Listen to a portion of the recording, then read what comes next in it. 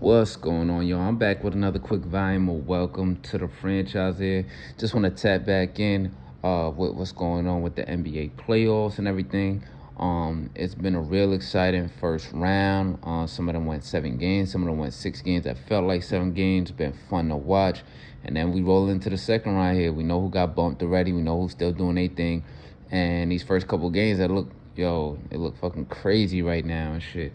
So with that being said, me tapping back into it here, let me get straight into some of the things that I noticed and I just want to talk about here, and even calling myself out on a previous volume of how I kind of categorize the wave of talent of the teams that's going to be in the playoff, that's been in the playoffs here. So with that being said, I want to say it looks like I was wrong about my levels on the playoff teams going into the postseason.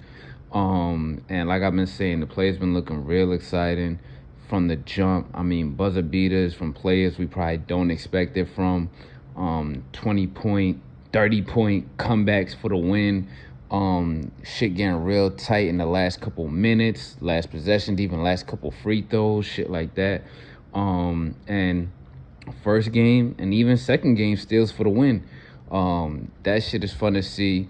You love to see it as a fan, especially me talking about how I wasn't really paying attention to NBA basketball, NBA playoff basketball from years before, but these last, I want to say 2 to 3 years, I've been tapping in and it's been pretty exciting. But this one, as a recent day, I ain't gonna hold you, this shit been more exciting to see than the last couple postseasons because it looks like it's more parity. Now you don't really know how the storyline's supposed to go. I mean, you got me over here talking about, the NBA need to save their viewership and their ratings and shit. So, they probably going to find a way to have the Celtics and the Lakers in the finals and shit. And now, obviously, that's not a sure guarantee. And this the shit that people actually really want to see, some parity, different players and teams that's in the mix, making shit interesting. And the refereeing is always going to be terrible. I don't think it's that bad. I would say as far as the officiating shit that I've been seeing so far that's been mad annoying is just this challenging shit every fucking 2 seconds of players swinging their finger in the air and telling they coach to challenge shit. That shit is kind of annoying, but I'll get to that another time. Next, what I want to get into is, so back to my levels here, right? So I had my NFC teams, which are the not fucking around crews, as the Celtics, Lakers, OKC, and the Cavs. All right, we already know the Lakers got bumped. They got packed up out of here in the first round. All these other niggas left, though, as far as OKC, the Celtics, and the Cavs, they fucking around now. they fucking around here in the second round, and they might fuck around and find out. They might fuck around and find out what it feels like to get packed up in the next round if they don't get their shit together. I'll say this, though, for OKC. Not so much yet because their first game, it went down to the wire. They were basically in control of the game the whole time against the Nuggets. And then those last few minutes there in the end, when I was watching, it just showed experience and it just showed the lack of experience on OKC's side. It looked like they got really nervous there and they fucked up the work in the end. They fucked up there, missing free throws and shit. Just didn't really look prepared for that moment in the end. And Denver was able to steal that one at the buzzer still. So, it wasn't like it was just completely a big fuck up in the end. Denver they got it to an open guy. He already got a buzzer beater here in the playoffs on the alley-oop. That was crazy in the last round against the Clippers. And now he got a buzzer beater for 3 where he's left wide open on a driving kick. And it was Aaron Gordon. I like the shit that he said with the energy that he's trying to come in with. He said, I'm going to do everything in my power to get this motherfucker Russ a ring. Because everybody know that the way that Russ plays, his intensity, his energy, his vibe, his mindset out there on the court throughout his whole career, he does have that championship-type DNA in him and one of them players that you want to see and you feel like deserves to have another shot at winning the championship. OKC not so much. The second game, they blew them niggas out and shit. So they just got to stay on point. But as far as for the Celtics and the Cavs, I mean, the Cavs already fucking around, man. Now you down 0-2. You was in control of the second game in the end in the last, 5 minutes. The whole 5 minutes you had like a 13-point lead or some shit like that. And I honestly, these are two teams, I'll keep it a buck. Two teams I don't really pay attention to, the Cavs or the Pacers. I don't like watching them play. I just don't like the teams. I don't like the fans, whatever like that. But basketball is basketball. I was able to tune into the last few minutes. And I was like, oh, all right, the Cavs going to win this one, and I'm going to just watch the T-Wolves and the Warriors right after this, right? And then I'm just hearing in the background, then I start watching, these niggas is making all these hustle plays and shit and doing shit, getting a rebound off of a free throw and scoring off of it and all type of shit. And the next thing you know, the fucking Pacers still another one at home. So the Cavs, being the number one seed, or they're supposed to be the best team in the East, and people, I'm pretty sure, just like me, people thought that, the Cavs should beat them easily. Even if it goes 4-2, it should be easily. Now, not so much.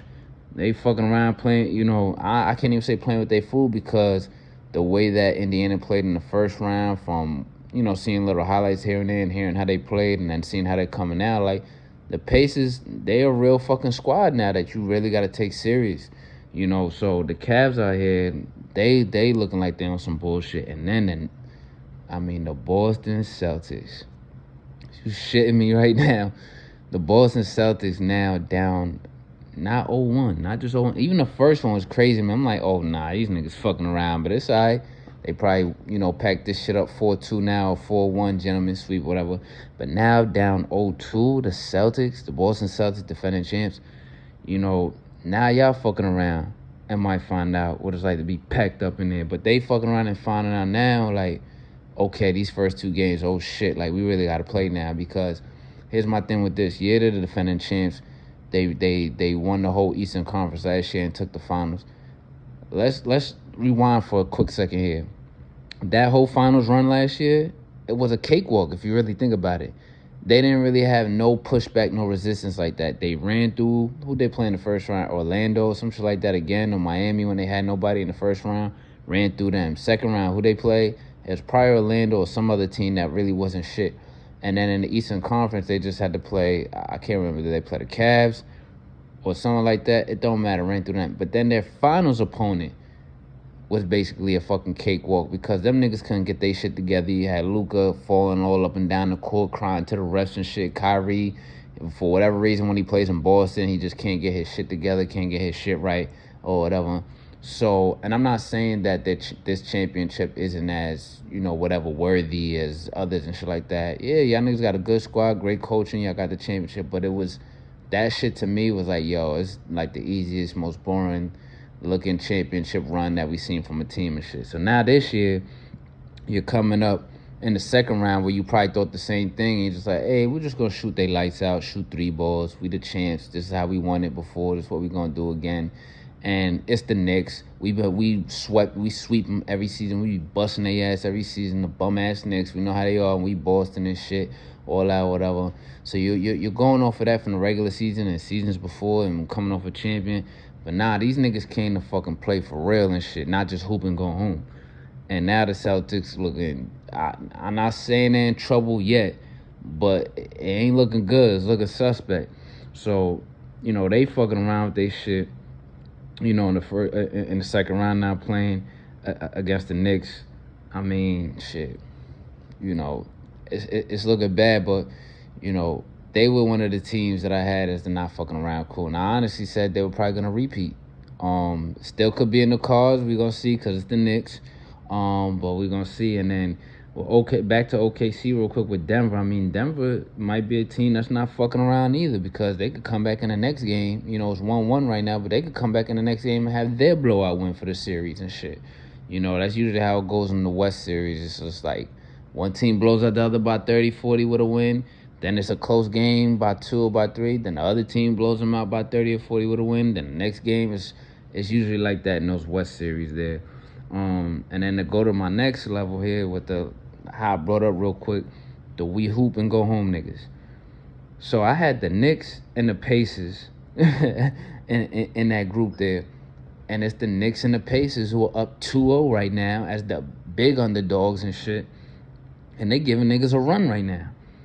They giving niggas a run. So that shit is fun to see. It's cool to see. I mean, the Knicks, yeah, 2 tight ones. One was in overtime. I think both between both games. It was a win by a total like what, 3 points, 4 points, or some shit like that. So real tight, nothing like definitive or anything like that, but it shows grit, it shows heart. Same thing for the Pacers. You know, in the last game, they won by what, 1.2 points, last second shot. So these niggas want to hoop, yeah, but they like, we ain't going home. Fuck that, we ain't going home. You know what I mean? We here to keep hooping and get to the next level. And then that brings me to the next wave, which was the die-hard niggas, which you might as well put, what's the name, the Knicks and the Pacers in that also. So the die-hard niggas that's left is the Wolves and the Warriors, who are playing against each other now. You know, and I had the Nuggets in that wave also, but we already spoke about them. We see what the fuck them niggas is doing. But the die-hard niggas left, you got the Warriors versus the Wolves. And we seen what the Wolves did to the Lakers in 5, not 6. I thought it would go 6 Lakers' way. Even with the lead that the Wolves have, like, it'd probably go 6, and they better pull out in 6, but they packed up in 5. You see how they come in this first game against the Warriors. The Warriors wasn't fucking around, but now Steph is out with the hammy, which that's some serious shit. You can't be playing with that.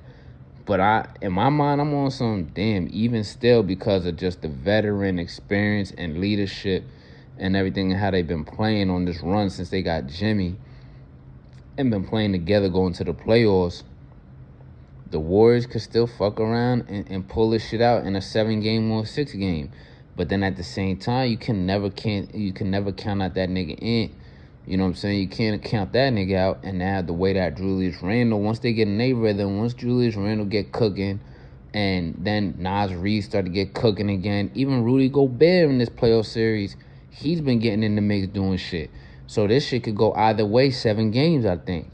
You know what I mean? Maybe 6 either way, either teams and shit, because they're both diehard niggas. It's like, yo, like, we might lose or we might get beat up a little bit in a couple rounds, a couple teams, but, yo, we dying hard with this shit. We going out hard, you know? So this series is also going to be fun as fuck to watch between both of them. And all I can say is I can't wait for this year's conference finals turnout on both sides now. Usually it's always like, nah, I can't wait to see what's going to be like on the West Coast side, because we already knew it's foregone conclusion who's going to be on the East Coast side for like the last 10, 15 years, all the fucking time. But now it might get even more intriguing and interesting for both sides, you know, but I'm still going to give a little bit of the edge that it's going to be more fun to see how it turns out on the West Coast side, because what all 4 of those teams, it's going to be must-see. And we know how the Knicks do and the Pacers also, so it still might end up being what we all thought it would be, or knew it would be from the beginning of the season, Cavs and Celtics. But who fucking knows? You know what I mean? It's going to be interesting to see. It's been fun to watch so far. And with that being said, it's going to wrap up this quick vibe. Welcome to the franchise out there. Yo, y'all out there be easy.